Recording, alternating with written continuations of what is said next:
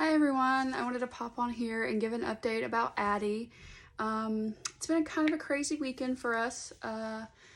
We noticed on Saturday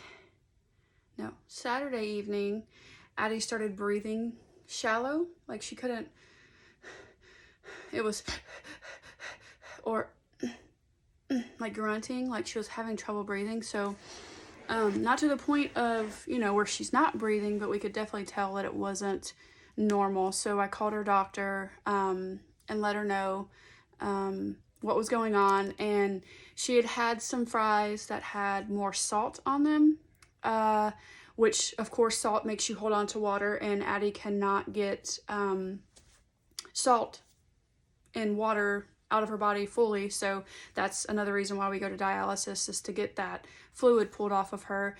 So this trouble breathing only happened at night when she was laying down. So we propped her up per the doctor. And we knew that Monday would come and it would pull the water off of her. Well, last night it was even worse.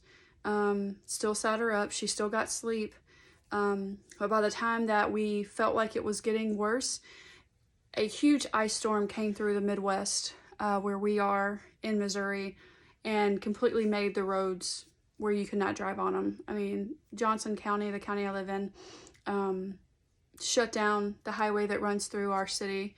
And then people were posting on Facebook that cars were all over the place. So I knew that the risk was not worth bringing her out. When I could feel her breathing, my husband and I took turns laying with her, and Alex wound up staying with her most of the night, and he made sure that she stayed breathing and everything was fine. We knew with the ice storm that we would have to leave probably an hour to hour and a half earlier, so that's what we did. We left an hour early to get there, thankfully, because the highway that was shut down last night wasn't shut down in our city, but a few cities up, it was shut down. It's an hour and a half drive for us to get up to Children's Mercy. So by the time we made it up there, we probably had about 40 minutes to spare, but that's better than being late to dialysis for me. We took a few back roads, kind of sketchy, still iced out, but we drove like 15, 20 miles per hour.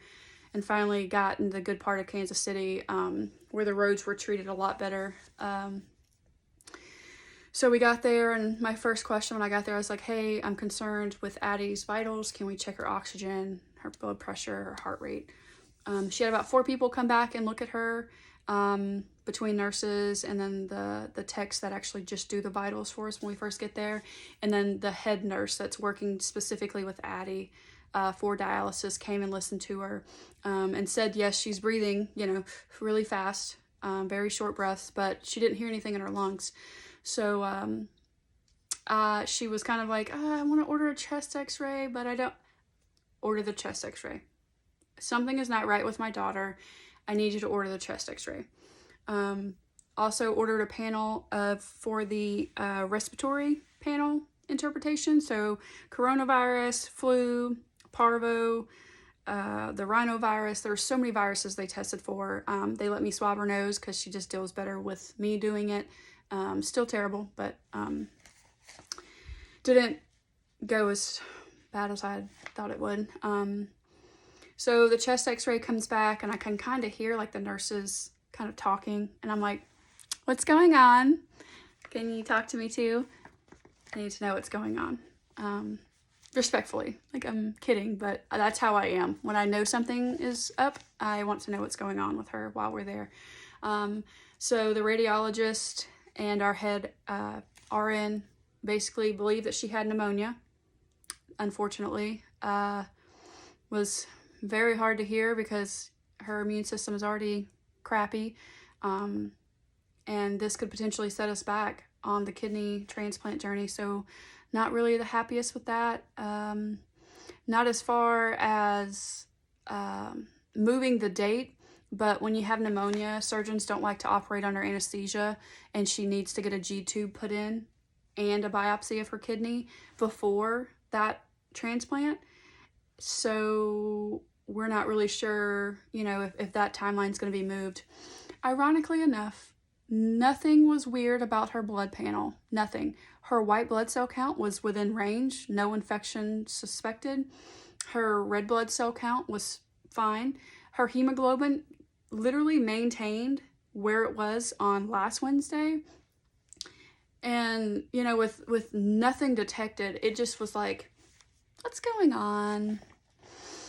They said we might have caught it early enough to where, you know, we're going to get a hold of it and get ahead of it with the amoxicillin. She said it's basically like an ear infection. Within a couple days, it'll be a lot better with the amoxicillin. My brain immediately went to the pneumonia vaccine that Addy got a couple weeks ago. So I brought that up to the nurse about how I felt like we put her at risk. Well, she told me that the pneumonia virus or vaccine is a dead vaccine, so you can't get the sickness from it. I'm ignorant in the topic, but growing up, all I've learned is, oh, you get the vaccine, you're going to get sick like right after. Like you're just going to have a little hint of it, you know? So that's immediately what I thought. I'm curious to know what your thoughts are on that. Like if this is something that you're well versed in, I'd really like to know your side of the vaccine situation in that aspect. I have my notes just to make sure I don't forget anything. So yeah, and they did another blood panel. Like I said, her white blood cell count, red blood cell count was fine. Potassium was a little bit high, which is kind of normal for Addy. She's been higher more than lower throughout this whole journey. But that's what dialysis does for her. So starting out, we're at 5.7 for potassium. 5.6 is considered high. So I know after dialysis today, you know, of course it's lower. So we always restart the clock whenever Addy goes to dialysis for all of her toxins to start over to build back up.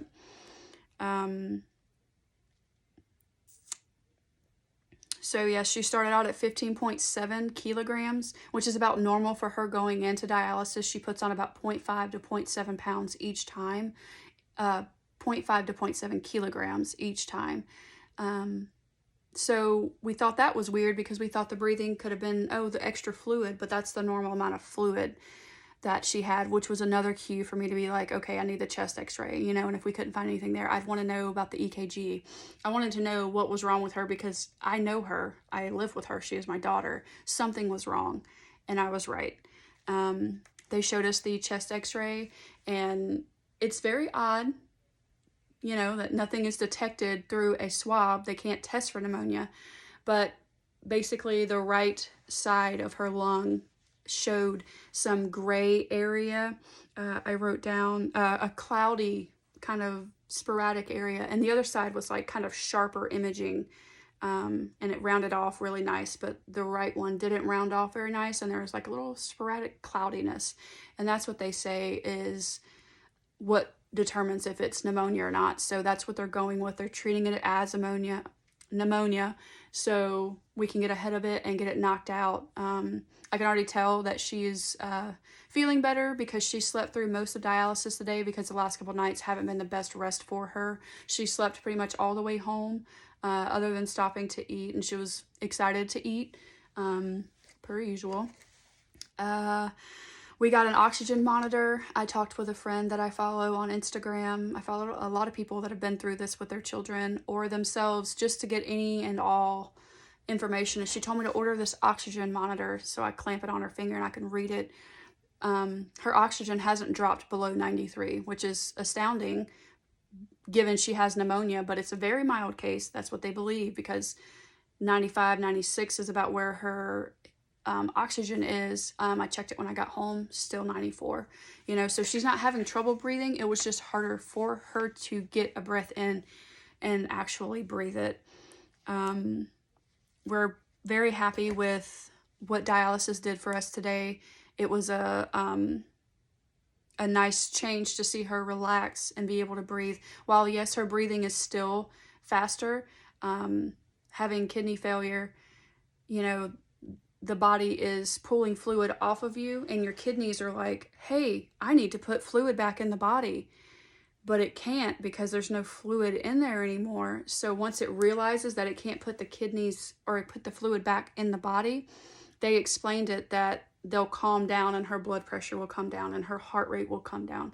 So by the time we make it home, she really has returned to a safer level, but it is still high.